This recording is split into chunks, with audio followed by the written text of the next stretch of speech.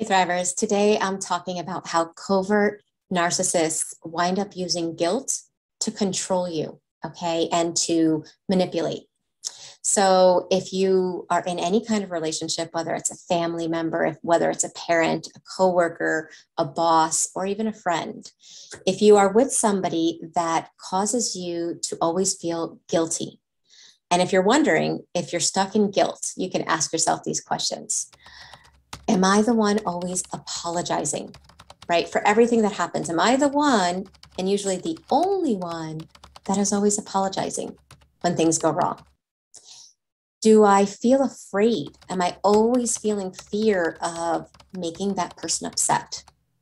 Am I always thoughtful of, oh, if I do this, they'll be mad. If I do that, they'll be mad. And that's like a large part of the percentage of real estate that's going on in my mind. You can ask yourself that. Am I in a hamster wheel of trying to please a person? As if, no matter how hard I try, it's never enough. And so I'm just trying and trying, and I'm kind of yanking my personality inside out like a pretzel. And, I just can't seem to please this person. And another question you can ask that can help you to evaluate if guilt is really just controlling you is, do I spend a lot of time trying to explain myself, trying to prove myself, trying to get through?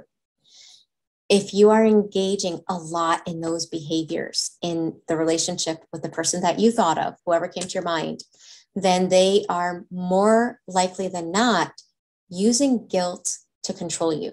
Okay, so I want to talk about that in this video. I want to talk about how they do that, but most importantly, how you can break out of that dynamics. Because once you're in that dynamic for a long time, it can feel really challenging to change it, but you can't. So with that in mind, let's get started. For those that don't know me, my name is Michele. I'm a life and relationship coach. I'm also the founder of the Thriver School of Transformation. I have a lot of free and affordable resources that I provide for people that want to dive deeper, and I put them in the description box below every video. So if you're looking for a little bit more than the videos are able to give you, then make sure you check out that description box below. Okay, so let's talk about guilt. First, I just want to start saying that guilt is normal and healthy. And if you feel guilty, if you feel guilt for things, that's actually a good sign, because it shows that you care. You care about people, you care about others. And that's not really something we can say about somebody that's high on the scale of malignant narcissism. Now, remember, when I say that, that doesn't mean that everyone that's narcissistic or that has narcissistic tendencies falls into that category. It is a scale, right? And what I mean is not people that are narcissistic, but people that are high enough on that scale that they use manipulation and psychological abuse in their relationships. They don't all do that. It's only those that are high up on the scale. People high up like that, they don't feel guilt. They don't feel healthy guilt. And do you know how we can discern that? Okay, we can ask the same questions that we asked at the beginning. In regards to somebody that's high on the scale, do they apologize in the conversation when there's a disagreement? The answer is usually no, right? Are they actively, maybe not in a hamster wheel, but do they actively strive to make you happy?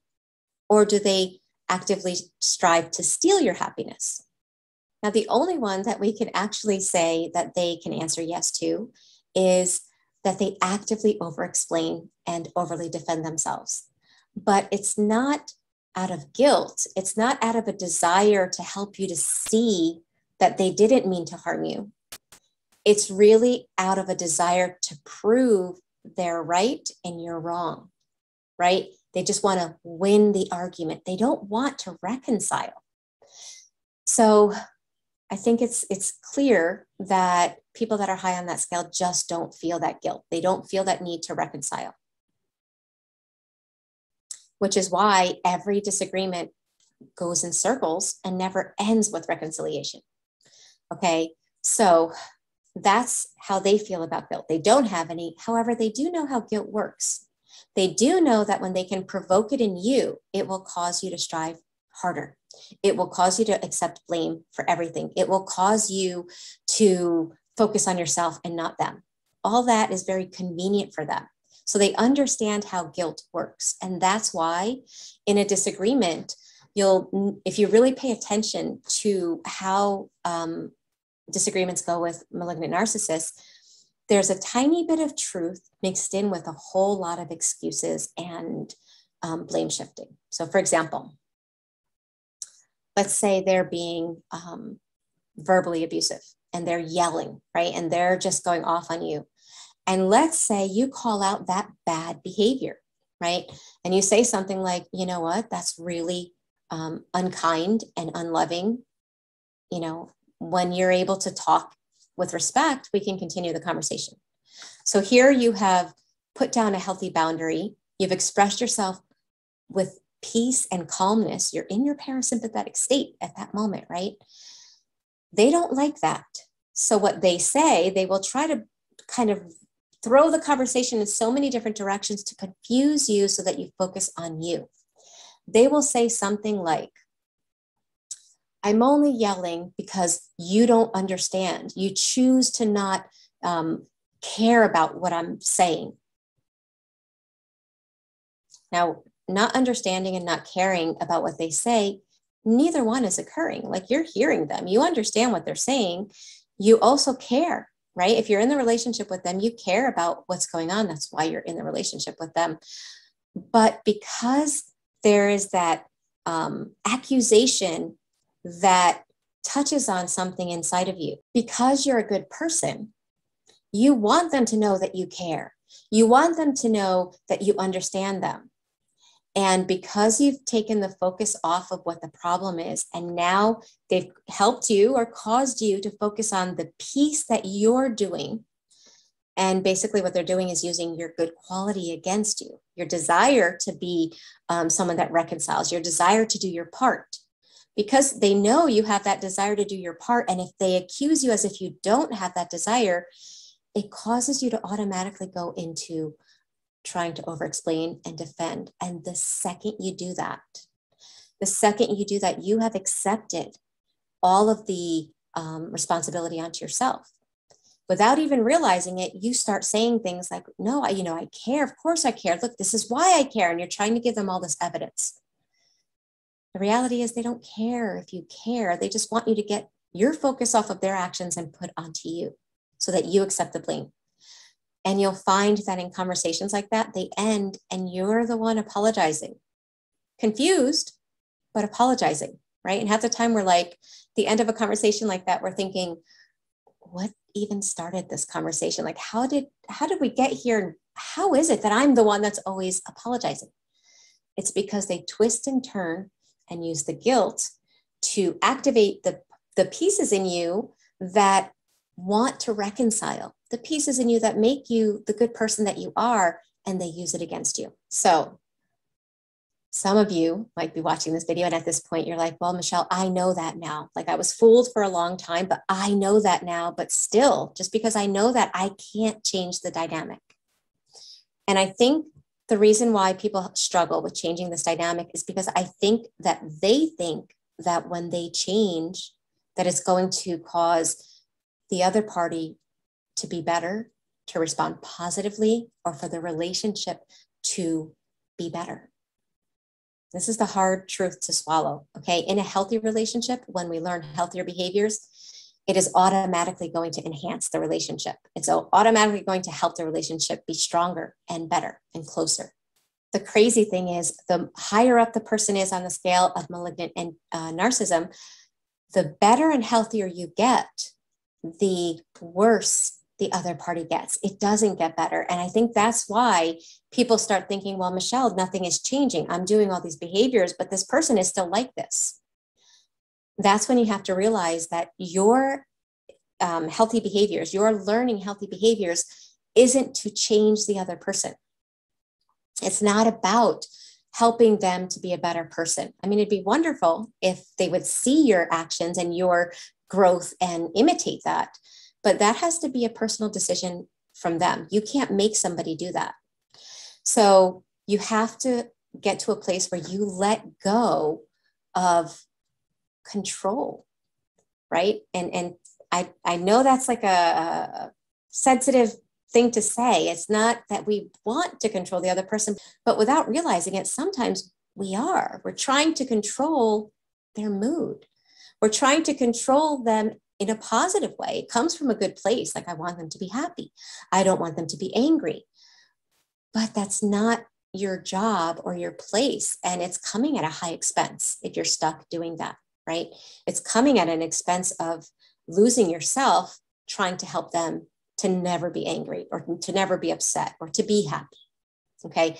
So part of being able to break out of the dynamics is recognizing you have to let go and realize that they are going to be however they want to be. Doesn't matter what you do, they're going to choose. If they want to be angry, it sucks that that's their choice, but that's their choice. If they want to be unkind and unthoughtful and unloving and mean, it sucks. We don't like it, but we can't make them be good people. That has to be a choice. So that's the first step, is recognizing that, they're going to do what they do, and you're still going to stay in your healthy realm. So what that looks like in a disagreement where they try to use guilt against you. Let's say you're in a public place and your significant other is giving a whole lot of attention to somebody of the opposite sex and completely ignoring you. And you get upset, and they can see you're upset with your face, right? You're either feeling down, shamed, depressed, or angry. You're feeling something, and it's understandable. That night, you go home and you have a conversation with them, and you're saying, I don't appreciate when you ignore me. I don't appreciate when you give all that attention to somebody and you act as if I don't even exist. Here's where they start to use your good qualities against you and how they want to rope you in with the guilt, okay? They'll look at their behavior and bury it in how the one thing you did that they didn't like. So they'll say something like, well, I didn't talk to you. I ignored you because of the look on your face, because you were looking so angry. I didn't even want to go near you. Had you not been angry, I would have loved to have been near you. They say something like that. Now, somebody that's a good person, somebody that wants to reconcile, is going to look at themselves and want to convince the other person or share with the other person the truth. Like, no, I was upset because of this. I was angry because you were ignoring me, and that usually is a good thing to do in a healthy relationship. But with a narcissist, what you've done is you've stopped looking at the real problem and you started focusing on yourself. The second you do that, it's a slippery slope. You're trying to prove your reality and they're dismissing your reality. And because there is that tiny slither of truth, the fact that you were upset and it was written all over your face, by the end of that conversation, you'll be the one apologizing. And that's wrong. That's somebody that's using your guilt, your emotion that causes you to want to reconcile, the emotion that causes you to want to have good relations with the other person against you. And it helps them to hide their accountability. So instead of that, when they do that and they're like, well, it's because you had a look on your face, avoid over-explaining, avoid defending, avoid trying to prove that they were the ones that caused that look on your face. They know that. They don't want proof. They want to blame shift. They want to get you upset. So when you recognize this, then when they do that, you stay grounded in your truth. I'm sorry you feel that way, but it's very unkind to ignore me the whole time and be focused on somebody else. That's because, again, they're going to say, that's because you had this look on your face. You just use the broken record technique and you repeat it again. As I mentioned, it's unkind and it's rude to do that. That's it. Now, is that going to give you a reconciliation? No. Are they going to apologize? No. That's what we have to realize, that your healthy behaviors do not provoke or create healthy behaviors in them. So then why bother? Why bother doing that? Because you will feel healthier. Because rather than taking the blame for what's not your fault, you stay grounded in your reality. Rather than apologizing for something that you didn't do, you stay grounded in your, your perception and in yourself. And in the end, even if there's no reconciliation, which there never is with toxic relationships like that, even though there's no reconciliation with the person, you will feel reconciled with yourself. You will feel grounded with yourself because you're holding on to your own truth. You're validating your own experience. And then that guilt can't be used against you. So that's what I wanted to share today. I know that it's not easy to get to that place. So if you're struggling to apply a lot of the things and the information and the tips that we share in these videos, and you feel you can use live weekly assistance, make sure you check out the Thriver School of Transformation, because we meet together live weekly and we talk about these things and how to apply them in our daily life so that we can feel more grounded, so we can be secure in who we are. And that helps us to make better decisions, and we're able to respond in better ways instead of reacting. So if you get a chance, make sure you check it out in the description box below.